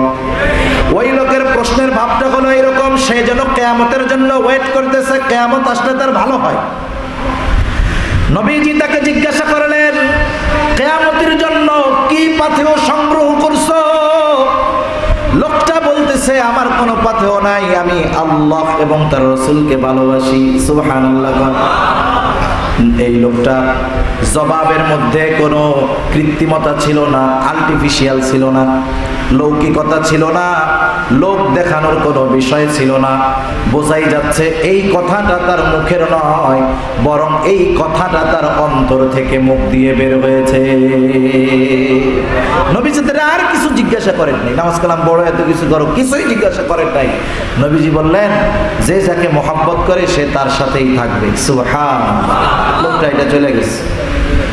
হযরত আনাস রাদিয়াল্লাহু তাআলা আনহু বলেন, ইসলাম গ্রহণ করার পর নবীজির কোন কথায় আমরা এতটা খুশি হই নাই যতটা খুশি এই কথা শোনার পরে হইলাম।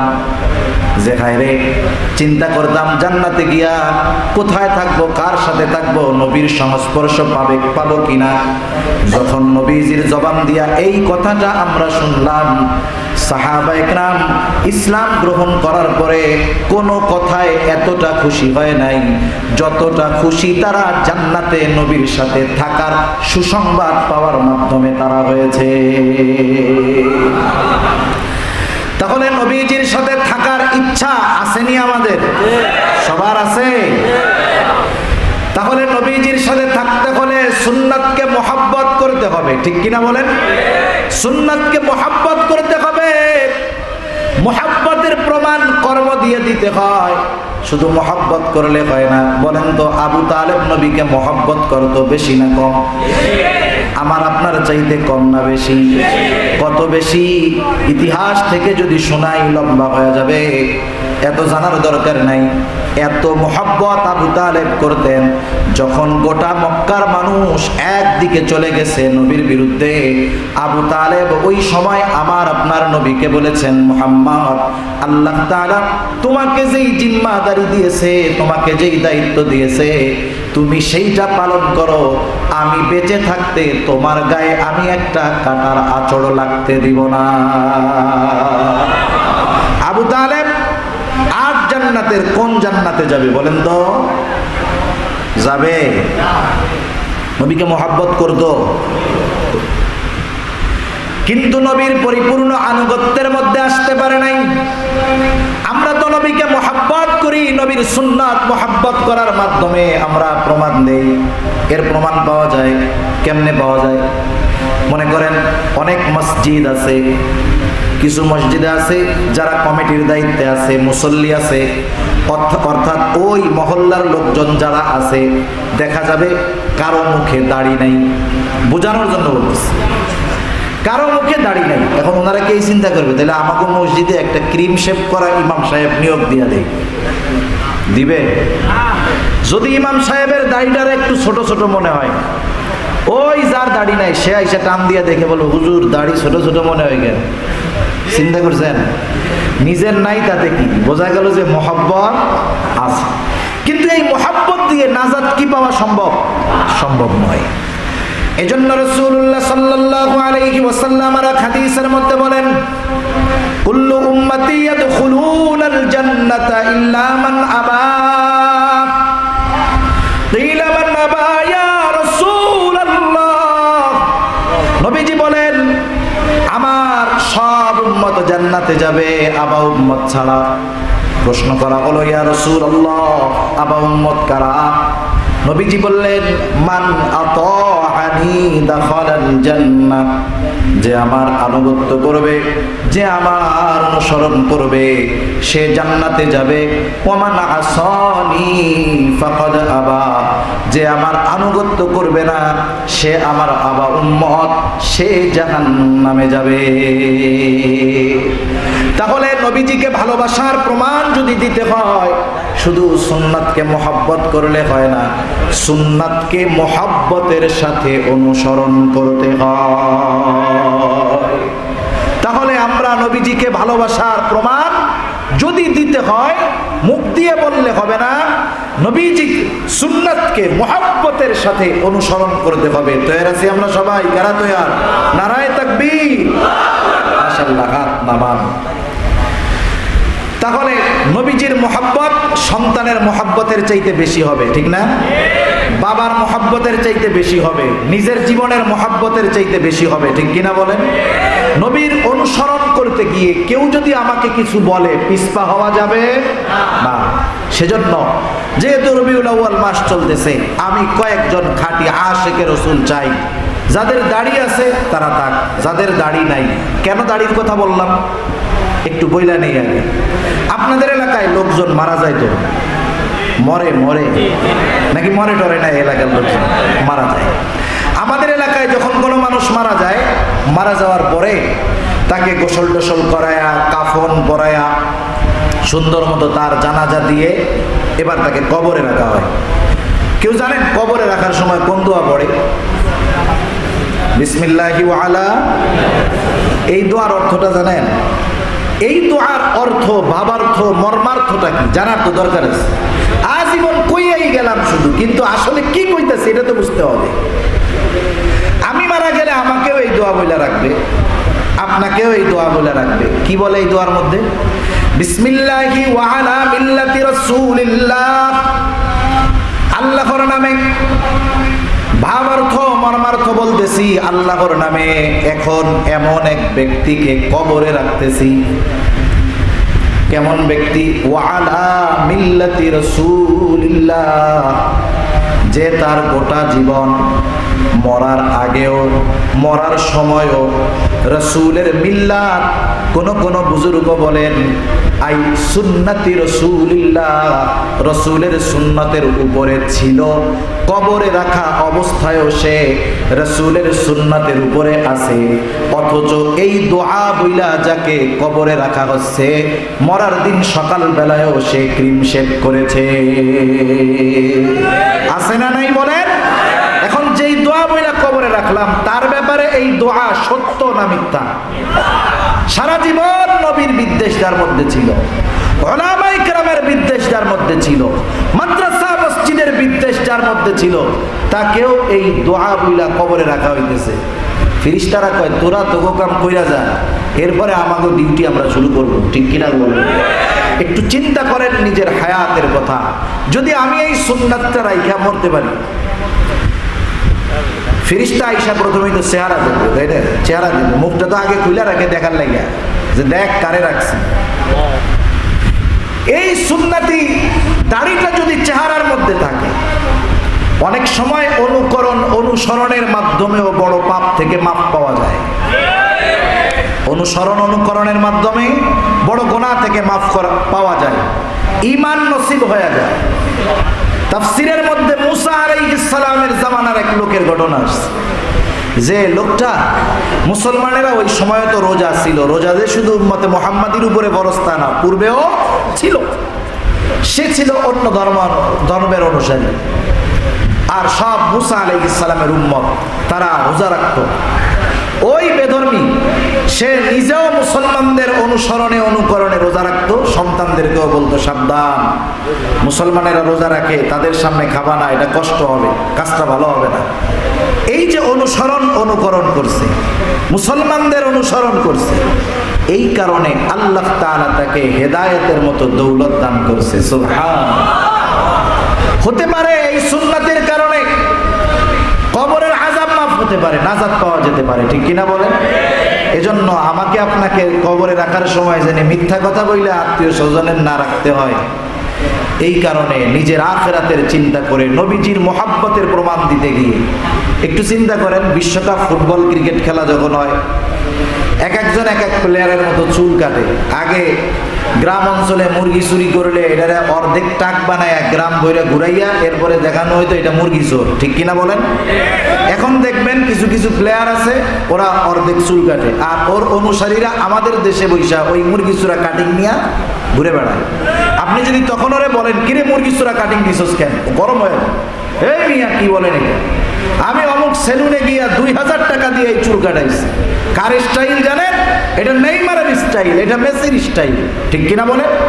একটু চিন্তা করেন, মুরগি চূড়া বলার পরেও সে পিছু হটে না, বরং গর্বের সাথে বলে যে এটা হলো নেইমারের স্টাইল, মেসির স্টাইল। অথচ যুবক, তোমারে যদি দাড়ি রাখতে বলা হয়, তুমি দাড়ি না রাখার প্রথম কারণ দাও যে আয় রে, এখন তো সবাই ভাইয়া ভাইয়া বলে, একটু বলে চাচা ডাকা শুরু করবে। নবীজির মহাব্বতে যদি তোমার একটু চাচা ডাকে, একটু লজ্জা যদি লাগে এই সুন্নাত রাখার কারণে, মানুষ যদি লজ্জা দেয় আর তুমি যদি সেটা সবরের উপরে নাও, আশা করা যায় রহমাতুল লিল আলামিনের সুপারিশ নসিব হবে। ঠিক কিনা বলেন? এতটুকু যদি নবীজির জন্য ত্যাগ স্বীকার করতে না পারে, তাহলে কি হবে? অনেকজন দাড়ি রাখে না, কেন রাখে না? না রাখার কারণ হলো দাড়ি রাখলে নাকি সুন্দরী মেয়ে বিবাহ করে না, রাজি হয় না। দাড়ি দেখে বলে এনার সাথে কি বিবাহ বসবো, এনাকে তো আমার চাচা চাচা লাগতেছে। আরে বেটা গর্দব, যেই মেয়ে নবীর সুন্নাতকে অপছন্দ করে, ও যদি মিস ওয়ার্ল্ড হয়, বিশ্ব সুন্দরী হয়, ও তোর ঘরে আসার পরে ওইটারে জাহান্নাম বানায় ফেলবে। ঠিক কিনা বলে? এজন্য ও বিষয়গুলো, ইস্যুগুলো পেছনে রেখে নবীজির মহব্বতে, দাড়ি যাদের আছে বাপ, যাদের দাড়ি নাই রাখেন না, যাদের হয় নাই তারাও বাপ রাখতেছেন না, এরকম কয়েকজন নবীর মহব্বতের প্রমাণ দিতে গিয়া একটু ত্যাগ স্বীকার করে একটু দাঁড়ায় জানতো যে হুজুর আমি নবীর মহব্বতে দাড়ি রাখবো ইনশাআল্লাহ, আর কাটবো না। এরকম হিম্মতওয়ালা কে কে আছেন? একটু দাঁড়ান তো কয়েকজন, দাঁড়ান, সামনে আসেন, সামনে আসেন, এই সামনে আসেন, যারা যারা আছেন সামনে আসেন, সবাই আসেন সামনে। তাকবীর দেন, নারায়ে তাকবীর, আরো জোরে নারায়ে তাকবীর।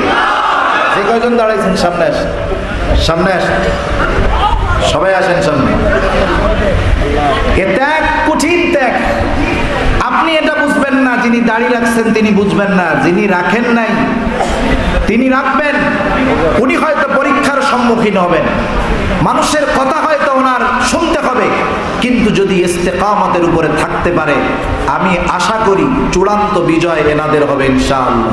সবাই ওদিকে একটু ঘুরে তাকান, আল্লাহর নামে ঘুরে তাকান, এই ক্যামেরাগুলো দিয়েও ভিডিও করেন, দেখেন এনাদের জন্য আর একটা তাকবীর হবে, নারায়ে তাকবীর, নারায়ে তাকবীর। আচ্ছা ভাইরা, আপনাদের জন্য দোয়া, বসেন বসেন। এই কয়টাই হলো আমাদের আজকের আলোচনার সম্ভব। ঠিক কিনা বলেন? আমরা এনাদের জন্য খাস দোয়া করব। এনারা যেন ইস্তেকামতের উপরে থেকে নবীর মোহাব্বতকে দিলে ধারণ করে সুন্নতে নববী, দাড়ির মতো, দাড়ি শুধু সুন্নাত নয় যে এটা রাখলে সওয়াব, না রাখলে গুনাহ নেই। কিছু সুন্নাত আছে ওয়াজিব, কিছু গুনাহ আছে কন্টিনিউ হয়। এর মধ্যে একটা গুনাহ হলো দাড়ি চাষার গুনাহ, দাড়ি কাটার গুনাহ। উম্মতের আহলে হক উলামায়ে কেরাম একমত, দাড়ি কমপক্ষে এক মুষ্টি রাখতে হবে, কমপক্ষে এক মুষ্টি রাখতে হবে। এক মুষ্টির আগে যদি কাটে, আহলে হক উলামায়ে কেরাম একমত এতে গুনাহ হবে। আপনি তাকায় দেই কিন্তু একজন দাড়িওয়ালা মানুষের চেহারার মধ্যে যেই নূর, যেই উজ্জ্বলতা, দাড়িবিহীন একটা মানুষের মধ্যে সেই উজ্জ্বলতা নাই। চিকিৎসা বিজ্ঞান কি বলে? চিকিৎসা বিজ্ঞান বলে যাদের দাড়ি আছে, যাদের দাড়ি আছে এদের যৌবন অটুট থাকে বেশি। শুধু তাই না, এদের টনসিল, এই টনসিল হয় না, ঠান্ডা লাগে কম। এই দাড়ির কারণে আল্লাহ তাআলা দুনিয়ায়ও যেমন হেফাজত করবে, আশা করা যায় আল্লাহ তাআলা এই সুন্নতে নববীকে ধারণ করার কারণে পরকালে নবীজির সুপারিশ নসিব করবে ইনশাআল্লাহ। আমার এই ভাইদেরকে আল্লাহ কবুল করুক, সকলে বলি আমিন। আমাদের প্রত্যেককে নবীজির প্রকৃত আশিক হওয়ার তৌফিক আল্লাহ দান করুক, সকলে বলি আমিন। ওয়া আখিরু দাওয়ানা আলহামদুলিল্লাহি রাব্বিল আলামিন। দোয়া করে দিব, দুরূদ শরীফ পড়ি। আল্লাহুম্মা সাল্লি আলা মুহাম্মাদ ওয়া আলা আলি মুহাম্মাদিন কামা সাল্লাইতা আলা ইব্রাহিম وعلى آل إبراهيم إنك حميد مجيد. اللهم بارك على محمد وعلى آل محمد كما باركت على إبراهيم وعلى آل إبراهيم إنك حميد مجيد. الحمد لله رب العالمين والعاقبة للمتقين والصلاة والسلام على خير خلقه محمد وعلى آله وأصحابه أجمعين. ربنا ظلمنا أنفسنا وإن لم تغفر لنا وترحمنا لنكونن من الخاسرين. ربنا آتنا في الدنيا حسنة وفي الآخرة حسنة وقنا عذاب النار. ربنا لا تزغ قلوبنا بعد إذ هديتنا وهب لنا من لدنك رحمة إنك أنت الوهاب. ওগো দয়াময় আল্লাহ, দীর্ঘ রাত পর্যন্ত আয় আল্লাহ দিনই আলোচনা করবার পর গুনাহ মাখা হাত আমরা তুলে ধরেছি। আল্লাহ, রাত যত গভীর হয় দুনিয়ার মানুষের দরজাগুলো বন্ধ হয়ে যায়, আর রাত যত গভীর হয় আপনার রহমতের দুয়ার তত উন্মোচিত হয়। আয় আল্লাহ, আমরা গুনাহগার, আপনি গফফার, আমরা গুনাহ করতে ভালোবাসি। আল্লাহ, আপনি ক্ষমা করতে ভালোবাসেন। আল্লাহ, আপনি আপনার গফুর, গফফার, রহিম, রহমান নামের ওসিলায় যে যেখান থেকে হাত উঁচু করেছে আল্লাহ প্রত্যেকের বিগত জীবনের সকল কবিরা সগীরা গুনাহগুলো মাফ করে দেন। ইয়া রাব্বাল আলামিন, আমাদের আত্মীয় স্বজন যারা বেঁচে আছে তাদের মাফ করে দেন, যারা দুনিয়া ছেড়ে চলে গেছে তাদের মাফ করে কবরগুলো আপনি জান্নাতের টুকরো বানায় দেন। আয় আল্লাহ, খাস করে আজকের এই মাহফিল আপনি কবুল করে নেন। যে মাদ্রাসার উদ্যোগে মাহফিল, মাদ্রাসাখানা কবুল করে নেন। মাদ্রাসার উস্তাদ, ছাত্র, পরিচালনার দায়িত্বে যারা আছে আল্লাহ সকলকে আপনি কবুলের মঞ্জুর করে নেন। প্রত্যেককে প্রত্যেকের দায়িত্ব আমানতদারিতার সাথে পালন করার তৌফিক দিয়ে দেন। আল্লাহ, যারা অর্থ দিয়ে, শ্রম দিয়ে, সময় দিয়ে, সৎ পরামর্শ দিয়ে বিভিন্নভাবে সহযোগিতা করেছে আল্লাহ প্রত্যেকের ছোট বড় সকল প্রকার সাহায্য সহযোগিতা আপনি কবুলের মঞ্জুর করে নেন। কে কোন আশায় সহযোগিতা করছে আপনার জানতে বাকি নাই। প্রত্যেকের মনের নেক চাওয়া, নেক আশা আল্লাহ আপনি কবুল করে নেন। এই মাদ্রাসার যা কিছু প্রয়োজনীয়তা আছে আপনি গায়বী খাজানা থেকে ব্যবস্থা করে দেন। আয় আল্লাহ, মাদ্রাসা তাদেরকে এলাকার হেদায়েতের জরিয়া হিসাবে কবুল করে নেন। আয় আল্লাহ, আমরা যারা হাত উঁচু করেছি আমাদের মধ্যে যারা অসুস্থ সুস্থতা দান করেন, যাদের আত্মীয় স্বজন অসুস্থ আল্লাহ সুস্থতা দান করেন। খাস করে আমাদের মধ্যে হয়তো অনেকের মা নাই, অনেকের হয়তো বাবা নাই। আয় আল্লাহ, মা বাবা কত বড় নেয়ামত, যার নাই সে বোঝে মা বাবা কত বড় নেয়ামত। আয় আল্লাহ, দুনিয়ার অপর প্রান্তে আমেরিকার খবর মুহূর্তের ভিতরে পাওয়া যায়, দেখা যায় 3 হাত মাটির নিচে মহাব্বতের মা বাবার কবরের খবর জানাও যায় না, দেখাও যায় না। আয় আল্লাহ, আমাদের মধ্যে যাকে পছন্দ, যারা আমল পছন্দ, তার আমলের সিলায় ওই মা বাবার কবরের আযাব আল্লাহ আপনি মাফ করে দেন। কবরগুলো আপনি জান্নাতের টুকরো বানায় দেন। কিয়ামতের দিন হিসাব সহজ করে জান্নাতের ব্যবস্থা আল্লাহ আপনি করে দিয়েন। যাদের মা বাবা বেঁচে আছে সুস্থ দীর্ঘ হায়াত আল্লাহ আপনি দান করেন।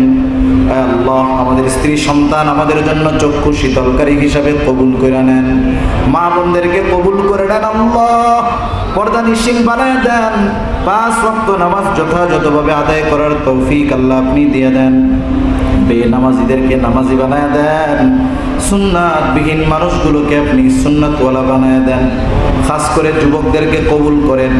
আয় আল্লাহ, আপনার নবীর মুহাব্বতের কথা শুনে আমার যে যুবক তরুণ ভাইরা আয় আল্লাহ দাড়ি রাখার ওয়াদা করেছে আল্লাহ, তাদের গোটা জীবনটা আপনি সুন্নাতের আলোয় আলোকিত করে দেন। আয় আল্লাহ, ওয়াসওয়াসা দেনেওয়ালা শয়তান মানুষদের থেকে বেঁচে থাকার তৌফিক আল্লাহ আপনি তাদের দিয়ে দেন। আল্লাহ, তারা যে ব্যাপারে ওয়াদাবদ্ধ হয়েছে আল্লাহ এই ব্যাপারে তাদের উপরে তাদেরকে ইস্তেকামতের সাথে থাকার তৌফিক দেন। আয় আল্লাহ, নবীজির সুন্নাতকে মহব্বত কইরা ওই সুন্নাত ধারণের ওয়াদা তারা করেছে আল্লাহ। এখানে অনেক মানুষ আছে, আল্লাহর ওলিও হয়তো আছে, মুস্তাজাবুদ দাওয়া হয়তো আছে আল্লাহ। আয় আল্লাহ, যাকে পছন্দ হয় তার ওসিলায় হলেও আমার এই কলিজার টুকরা ভাইদেরকে দুনিয়ার জমিনে কখনো আপনি রিজিকের সংকীর্ণতায় ফেলায়েন না। ইয়া রাব্বাল আলামিন, আমাদের সকলের রিজিককে আপনি প্রশস্ত করে দেন। হালাল রিজিক অন্বেষণের তৌফিক আল্লাহ আপনি দিয়ে দেন। মোবাইল ইন্টারনেটের ফিতনা থেকে আল্লাহ আমাদেরকে হেফাজত করেন, আমাদের সন্তানদেরকে হেফাজত করেন আল্লাহ। আয় আল্লাহ, বারবার মক্কা মদিনা জিয়ারত করার তৌফিক আল্লাহ আপনি দিয়ে দেন। ইয়া রাব্বাল আলামিন, জীবনের অন্তিম মুহূর্তে যখন মালাকুল মাউত মৃত্যুর পয়গাম নিয়ে হাজির হয়ে যাবে আল্লাহ, আপনি আমাদের প্রত্যেকের জবানে তাওহীদের কালিমা নসিব করে দিয়ে নিজের জীবনটাকে সুন্নতের আলোয় আলোকিত করে কবরের বাসিন্দা হওয়ার তৌফিক আল্লাহ আপনি আমাদেরকে দিয়ে দিন। اللهم إنا نعوذ بك من الهم والحزن والعجز والكسل والجبن والبخل وضلع الدين وغلبة الرجال. رب اجعلني مقيم الصلاة ومن ذريتي ربنا وتقبل دعاء. ربنا اغفر لي ولوالدي وللمؤمنين يوم يقوم الحساب. ربنا هب لنا من أزواجنا وذرياتنا قرة أعين واجعلنا للمتقين إماما. رب ارحمهما كما ربياني صغيرا. رب ارحمهما كما ربياني صغيرا.